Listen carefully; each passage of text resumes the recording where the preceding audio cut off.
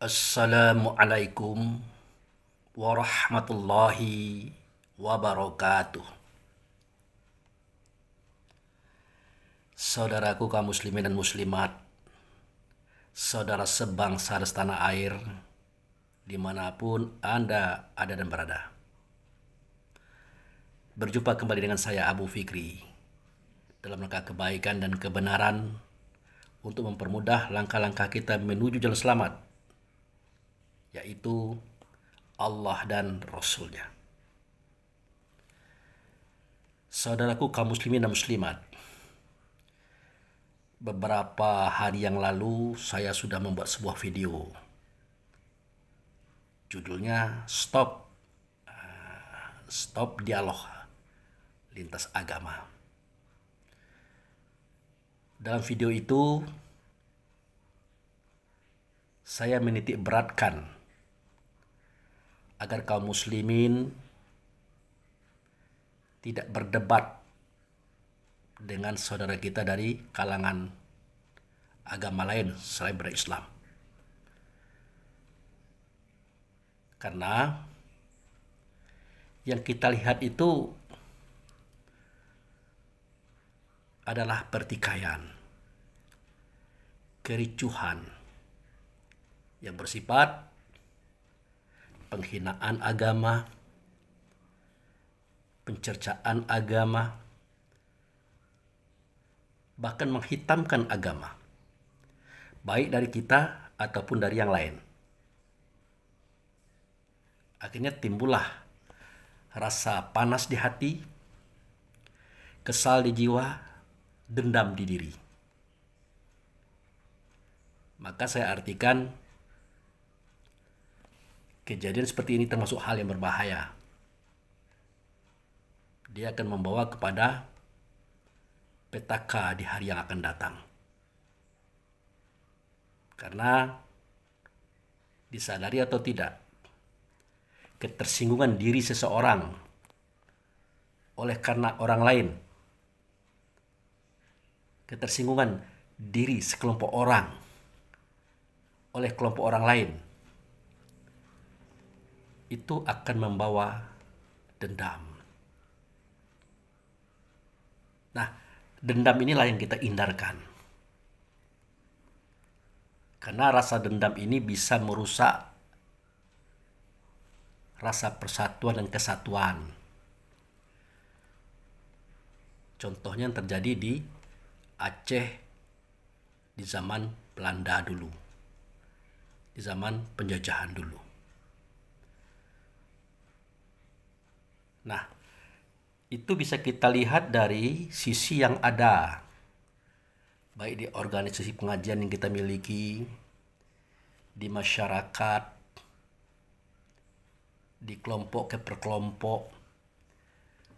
Kalau sudah berdialog, berdiskusi, bermusyawarah dengan emosi, dengan keras tegas, di dalamnya ada cacian, makian, hinaan, pelecehan, sulit rasanya untuk menjadikan apa yang kita sampaikan itu berbuah dengan buah yang manis. Apalagi kita membukakan argumen tentang agama orang lain. Orang juga buka argumen tentang agama kita. Dan yang tidak enak adalah seketika di Arab Saudi diadakan survei, bahkan sekarang di seluruh dunia termasuk Indonesia, tidak tanggung-tanggung. Di Arab Saudi itu sudah 40% daripada penduduknya ateis. Tidak mau beragama dengan Islam, tidak mau beragama dengan agama Nasrani, dan tidak mau beragama dengan agama apapun. Semua itu adalah akibat dari terbukanya kelemahan agama-agama tersebut. Bahkan di Arab Saudi itu terang-terangan kita temukan tumpukan kitab Quran di dalam tempat-tempat sampah. Karena mereka merasa kecewa dengan agama Islam yang dia anggap selama ini benar. Kenapa? Ya dibuka oleh mereka yang bukan Islam. Itu saudaraku. Nah, kemudian mereka tonton debat per debat. Yang ada adalah suara yang keras, suara yang kasar, mencaci keyakinan, menghina kitab suci, mencela peradaban dalam agama itu. Nah, disadari atau tidak, kalau kita merujuk kepada standarisasi ajaran Allah Rasul pada Nabi Muhammad, Nabi Muhammad juga tidak sepi daripada debat. Tidak sepi. Artinya beliau juga berdebat.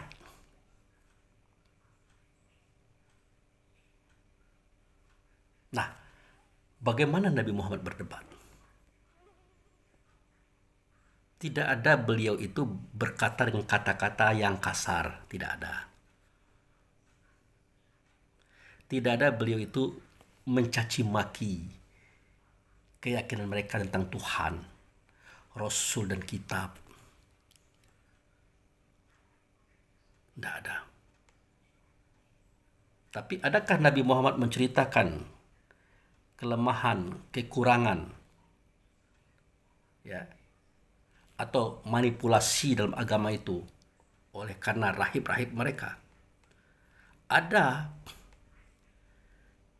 Tapi di situ justru Muhammad menyampaikannya dengan api, dengan lemah lembut, mengingatkan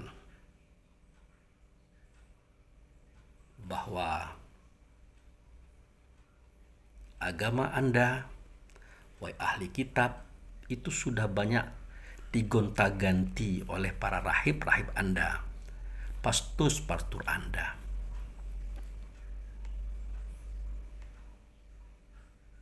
Nah, peniadaan daripada saya sebagai wujud serta Allah dalam kisah sejarah agama Anda itu adalah keingkaran yang nyata. Keingkaran yang nyata. Sampai-sampai Anda wahai Yahudi mengatakan Uzair anak Allah, Isa anak Allah. Dan Muhammad menyampaikan dengan baik dan benar serta lemah lembut kalau Allah itu adalah nama daripada zat. Zat itulah rasa. Zat itulah energi. Zat itulah kekuasaan. Tak mungkin dia punya anak. Allah itu Esa, Tuhanku dan Tuhan kamu, kata Rasulullah. Marilah kita menyembah Tuhan yang satu, Tuhanmu dan Tuhan kamu.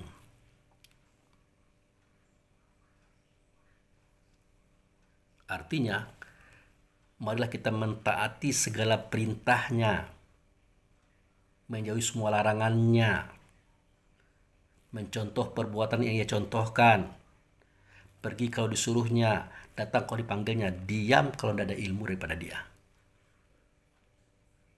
Begitu Nabi Muhammad mengajak.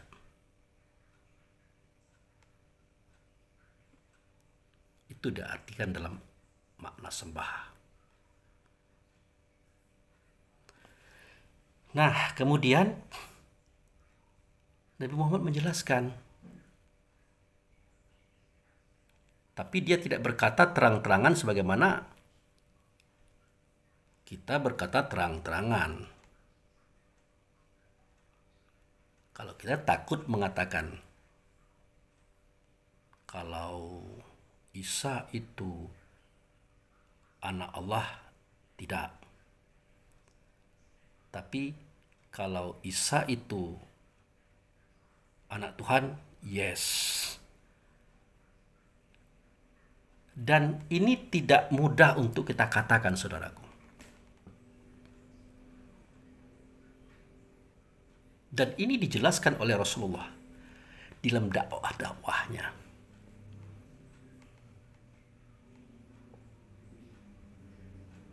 Hanya saja itu tidak terbuka, tidak tersingkap karena dia adalah sesuatu yang tersirat.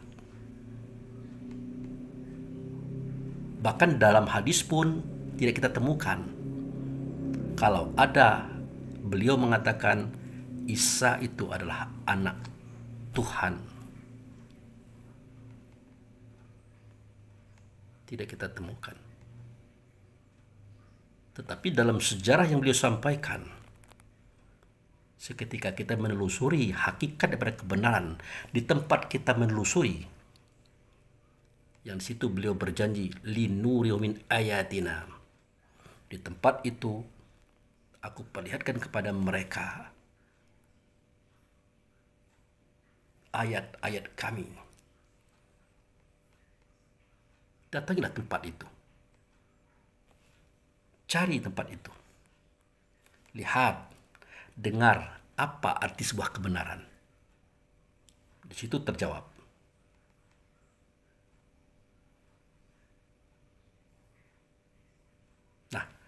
Jadi Rasulullah itu juga berdebat,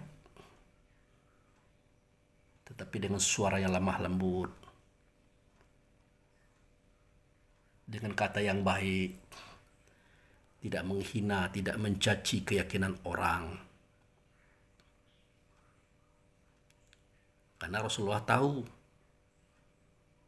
bahwa mereka Yahudi Nasrani di eranya beliau itu membenarkan apa yang beliau sampaikan, tetapi mereka mengingkarinya karena ada rasa iri dengki.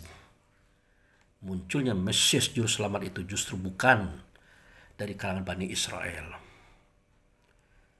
melainkan turun ianya dari kalangan Bani Ismail, yaitu Nabi Muhammad itu sendiri.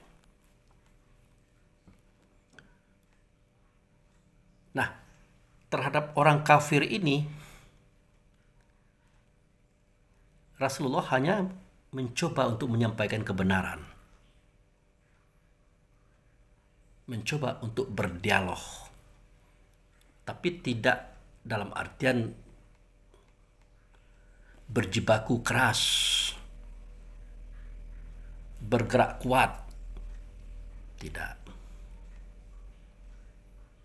Karena Allah dan Rasul sudah menyatakan suatu pernyataan kepada beliau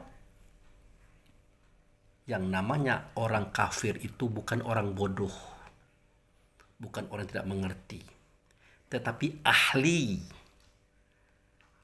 di bidang kitab, ahli di bidang ayat, ahli di bidang agama. Artinya dia tahu, tetapi pura-pura tidak tahu.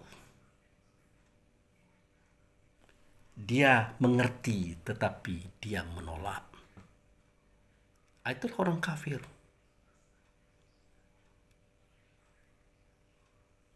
Orang yang tahu,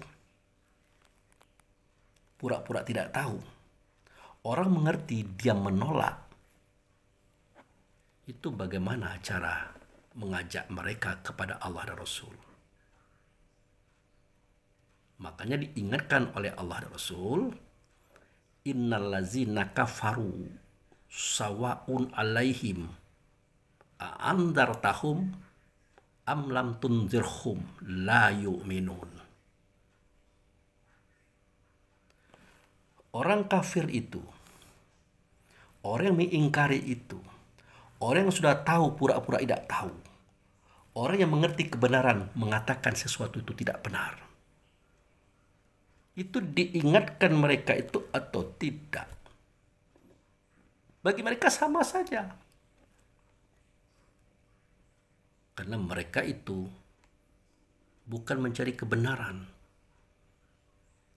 tapi melampiaskan hawa nafsu mereka atas nama iri dengki kepada Muhammad sebagai Bani Ismail yang ditunjuk oleh Allah dan Rasul sebagai Mesias, juru selamat akhir zaman hingga ke akhirat nanti. Itu masalah.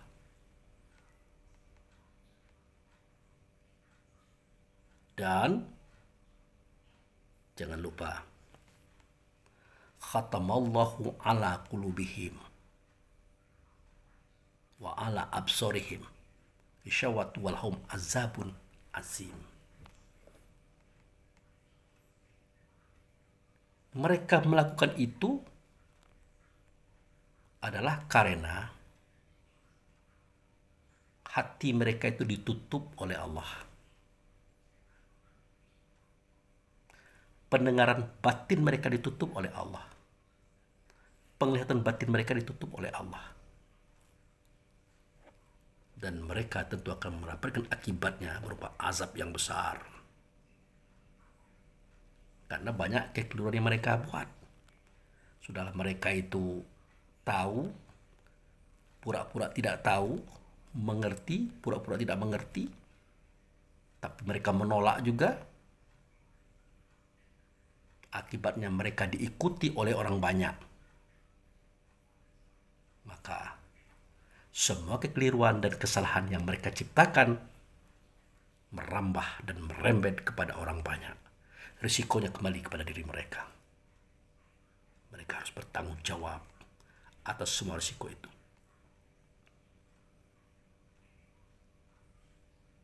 Nah, kalau kita hari ini bertemu dengan orang yang seperti dikatakan dalam Al-Quran, khatamallahu ala qulubihim wa ala sam'ihim wa ala absorihim gisawatu walhum azabun azim, apakah masih perlu kita ajak berdiskusi, berdialog dan berdebat? Tidak perlu lagi. Itu makanya saya keluarkan video kemarin. Nah, walaupun terdapat banyak masukan kemarin itu. Woi Pak Abu Fikri, sudah banyak orang masuk Islam karena debat-debat itu. Sudah banyak. Bahkan mu'alaf di Indonesia ini berkembang karena debat-debat itu.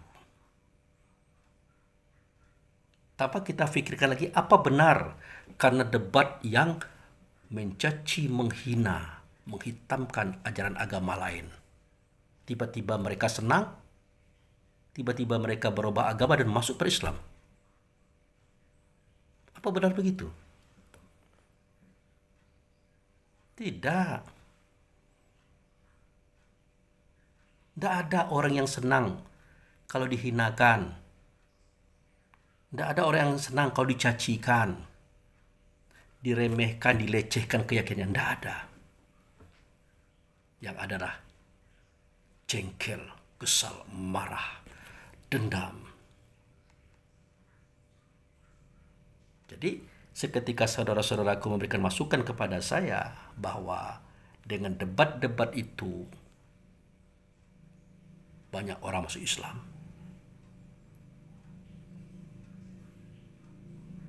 saya berterima kasih. Tetapi dari pernyataan kita itu ketahuan kalau yang menjadikan orang masuk Islam itu sebenarnya bukan dengan debat yang seperti itu. Debat terhadap mereka yang kafir. Sudah dikhatamallahi hati mereka, tiba-tiba mereka masuk Islam. Enggak kayak gitu. Atau debat dengan bukan orang kafir, orang jahil misalnya. Ya. Karena Rasulullah itu berdakwah kepada orang jahil, bukan kepada orang kafir. Ingat itu. Kalau kepada orang kafir dia hanya sekedar tidak menguras energi. Ngapain kita membangunkan orang yang pura-pura tidur? Tidak akan bangun-bangun dia itu. Dia jaga, kemudian dia pura-pura tidur, dibangun. Tidak bangun dia. Ngapain kita menyampaikan kebenaran kepada orang yang sudah tahu kebenaran, tapi dia mendustakan? Tidak akan mau dia. Makanya Nabi Muhammad itu berdakwah kepada orang jahiliyah, kepada orang yang belum tahu.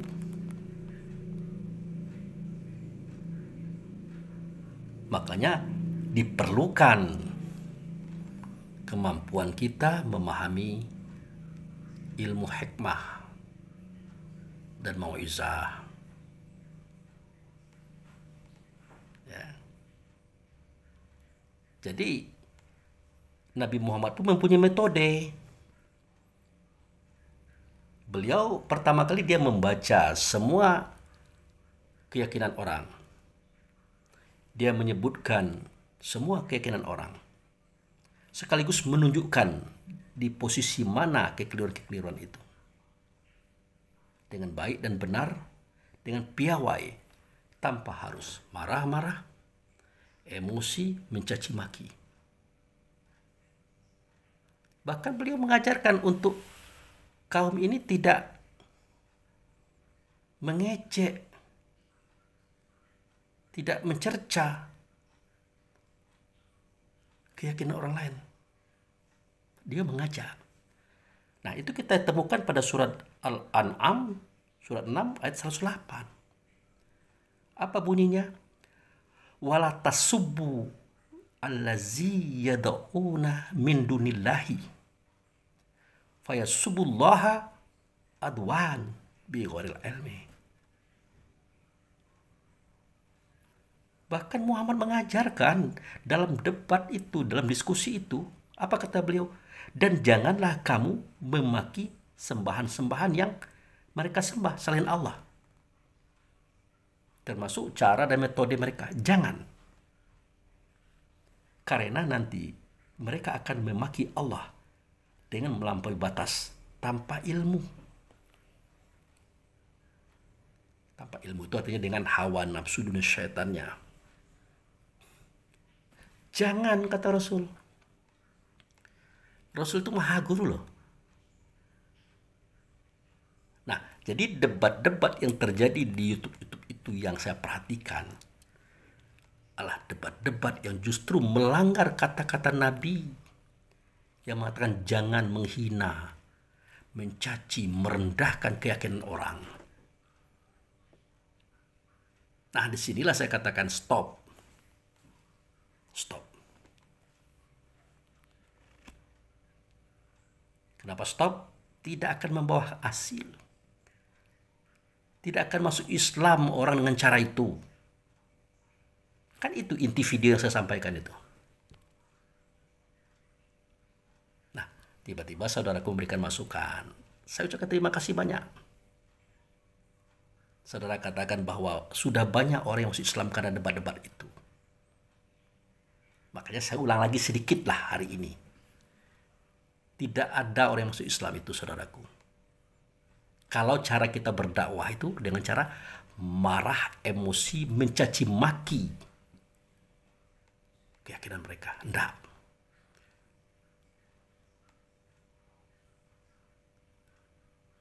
Dan tidak akan mungkin masuk Islam mereka itu. Kalau mereka adalah misionaris yang sengaja mengingkari kebenaran Tuhan. Karena hati mereka dikunci oleh Allah. Itu. Tapi bagaimana itu Pak Abu Fikri? Kami lihat banyak orangnya di mualaf yang masuk Islam. Nah, kalau ada mereka yang masuk Islam, bukan karena debat-debat yang seperti itu. Ini saya luruskan, saudaraku. Bukan karena debat-debat seperti itu. Karena tidak ada manusia yang suka dipojokkan. Tidak ada. Tidak ada manusia yang suka dihinakan. Tidak ada manusia yang suka dinistakan.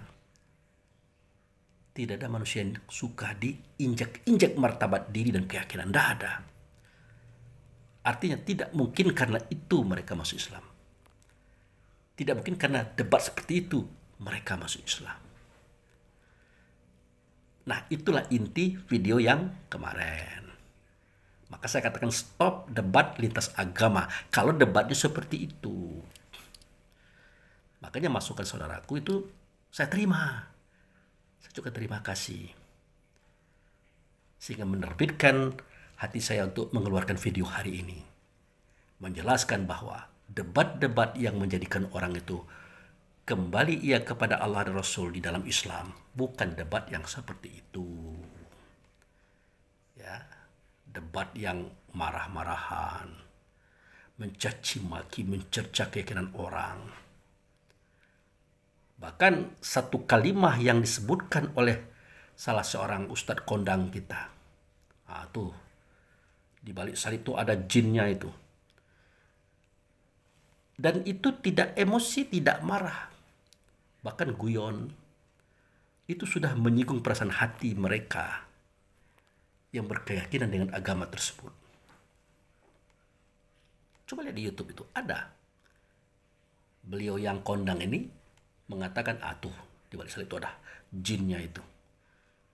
Itu saja sudah melahirkan ketersinggungan mereka yang beragama di luar agama kita, yang kita paham agama apa yang dimaksud. Jadi tidak akan ada ketersinggungan itu mengajak mereka kepada Islam, saudara. Tidak ada. Nah, tetapi bagaimana dengan Dr. Zakir Naik? Sebegitu banyaknya orang masuk Islam dengan debat yang beliau bawa. Perhatikan, adakah beliau menyalahkan, mencerca, memojokkan, menghinakan keyakinan orang? Tidak ada. Cuman dia bercerita tentang apa adanya. Keyakinan Anda berdasar kitab itu tidak begitu loh, begini. Ini pada kitab ini, ayat ini, surat ini, pasal ini loh ceritanya. Dihantam lagi oleh orang. Dia keluar lagi dalil. Oh, tidak begitu, begini, begini, begini. Nah, kalau dalam kitab Quran itu begini ceritanya. Dia jelaskan. Perhatikan Bapak Dr. Zakir Naik. Bagaimana dia berdebat. Tidak ada dia mencela orang, mencerca apalagi menghinakan. Tidak. Tapi dia hanya menunjukkan pada poin ini, poin ini, poin ini. Tidak begitu. Ini, lihat poin ini. Lihat ini. Di sini. Jadi dia merobohkan orang dengan argumen orang. Ya. Dia merubah pandangan orang dengan kitab orang. Dia melemahkan metode orang dengan metode orang. Tidak dia menyerang. Dia menunjukkan, ini loh. Ini loh, ini loh. Nah, ini dasarnya.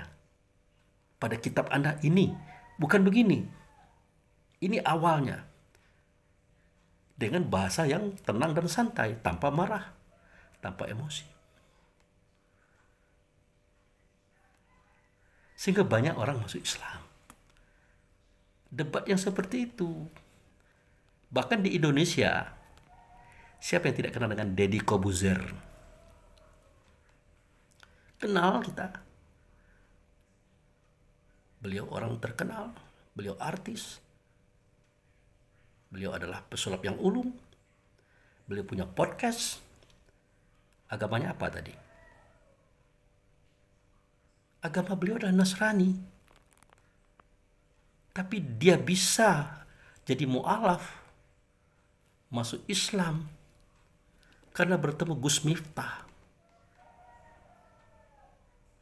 Bagaimana Gus Miftah berdakwah? Justru beliau memulai semua itu memasuki dunia malam. Bahkan masuk ke klub malam itu sendiri. Bahkan Gus Miftah sendiri mengatakan bahwa dia sempat sholat malam di situ. Berdoa. Dia ajak perempuan-perempuan itu berdialog, bercerita. Dengan tenang dan senang. Akhirnya para perempuan itu senang dengan dia. Bahkan banyak laki-laki juga yang terpesona dengan sikap dan cara dia. Coba kalau dia waktu itu mencaci, mencela, mencerca. Sudah dilemparkan dia oleh mereka keluar bar, keluar klub malam itu. Tapi itu tidak. Bahkan Gus Miftah pernah bercerita dalam YouTube. Apa kata beliau? Seketika saya ngumpul-ngumpul dengan perempuan-perempuan yang kayak gitu. Apa kata perempuan itu? Di antara mereka ada yang menangis. Nah, waktu itu ada kejadian ibu-ibu pengajian lewat. Dengan pakaian pengajiannya, dengan penampilan yang siap untuk mendengarkan kaji. Lewat di depan para perempuan-perempuan yang begituan. Nah, mereka perempuan ini berbicara kepada Gus Miftah. Alangkah bahagianya ibu-ibu itu. Alangkah tenangnya ibu-ibu itu. Kami pengen seperti itu, Gus. Dan mereka ada yang menangis mengatakan kata itu. Perempuan-perempuan itu memuji ibu-ibu yang lewat tadi. Berkata Gus Miftah, seketika Gus Miftah berkumpul dengan ibu-ibu pengajian, lewatlah perempuan-perempuan yang seperti itu. Apa yang Gus Miftah dengar? Cacian, ejekan, hinaan, merendahkan martabat orang. Walaupun itu tidak dilafazkan kepada yang bersangkutan. Apa itu? Pelacur, ahli neraka, gini gitu macam-macam. Nah, di sini Gus Miftah mengangkat ada dua model hati. Satu hati dimiliki oleh ibu-ibu pengajian, satu hati yang dimiliki oleh para pelacur tadi. Ternyata di antara dua hati ini, yang mulia adalah hati para pelacur. Yang tersentuh, yang terharu melihat orang berbuat baik. Dan mereka ingin jadi orang baik. Tapi belum kuasa untuk saat ini. Nah, berbeda dengan hati ibu-ibu pengajian. Mencaci, mencerca, mencela. Nah, metode Gus Miftah inilah yang menjadikan banyak orang yang tertarik dengan Islam. Ternyata Islam itu lembut. Ternyata Islam itu santun. Dia tidak melecehkan, dia tidak merendahkan orang-orang yang sudah rendah. Tidak. Nah, itulah salah satu di antara kenapa orang-orang banyak masuk Islam melalui Gus Miftah. Kenapa orang-orang banyak masuk Islam melalui Pak Zakir Naik tadi. Itu saudaraku. Nah, oleh karena itu, Anda ingin berdebat, berdiskusi, berdialog dengan orang berbeda agama, silahkan. Dengan cara apa? Bil hikmah wal mau'izah. Ya. Ada ayatnya? Ada. Mari kita baca. Nah, ini dia. Ini adalah surat An-Nahl, surat nomor 16 ayat 125. Coba kita perhatikan. Ud'u ila sabili rabbika bil hikmati wal mau'izah hasanah. Ya. Wajadiluhum billati hiya ahsan. Jadi, Bapak Ibu, saudara-saudaraku, jangan diartikan bahwa orang Islam itu benar-benar dilarang berdebat. Seperti yang saya larang kemarin. Kenapa saya melarang? Karena debatnya itu tidak membawa hasil. Tidak akan membawa kebaikan. Melainkan kebencian, dendam, kesumat dari mereka yang disakiti hatinya. Karena kita menghina sembahan-sembahan mereka. Itu makanya saya katakan stop. Tetapi yang kayak gini dianjurkan. Coba perhatikan kalimatnya. Udu'u. Nah, itu kan perintah itu. Udu'u. Ajak. Ajak mereka itu. Ila sabili rabbika. Kepada jalan Tuhannya engkau. Ya. Tentu dengan hikmah. Ya. Bil hikmah wal mau'izah hasanah. Kita disuruh mengajak. Dengan hikmah. dan izah. Apa itu hikmah? Apa itu izah? Dijelaskan oleh Allah dan Rasul pada ayat berikutnya. Wajadiluhum billati hiya ahsan. Hikmah itu, izah itu, jika kita pakai akan membawa kita berani berdebat dengan mereka dengan debat yang baik. Itu diperintah. Nah, beda dengan video yang awal. Jadi pada surat An-Nahl, surat nomor 16, ayat 125 ini justru kita diperintah untuk berdebat. Cara berdebat itu adalah dengan mengajak mereka kepada jalan Tuhan dengan hikmah dan mau'izah. Wujudnya, debatlah mereka itu dengan debat yang baik. Suara lemah lembut, kata-kata sopan, dalil-dalil tepat dan kuat. Kalau harus kita sebutkan kelemahan dan kekurangan mereka, berikan juga solusinya. Berikan juga imbangannya. Jangan dihinakan, jangan dicerca, jangan dicaci, apalagi diinjak-injak. Tidak bisa seperti itu. Itulah tuntunan Allah dan Rasul untuk kita yang mau berdebat. Sebenarnya apa yang dilakukan oleh Zakir Naik, apa yang dilakukan oleh Gus Miftah yang saya contohkan tadi, belum seberapa dibanding dengan yang Allah Rasul maksudkan dengan kalimat ini. Gitu. Makanya kita membuat video dalam bahasa lemah lembut, ya, dengan kata-kata apa adanya, ya, tidak ada aling-aling, tanpa ada menyalahkan siapapun, tanpa ada menyebutkan keadaan siapapun, apalagi kalau keadaan itu memang rendah dan jatuh. Kan dikatakan, mudahkan mereka, jangan dipersulit. Ringankan mereka untuk sampai kepada Tuhannya. Gitu. Nah, jadi kita ingin tahu apa itu bil hikmah, apa itu mau'izah, sehingga dengannya kita bisa santai berdialog dengan orang lain. Dan hasilnya mereka mengerti, mereka paham, dan mereka masuk Islam.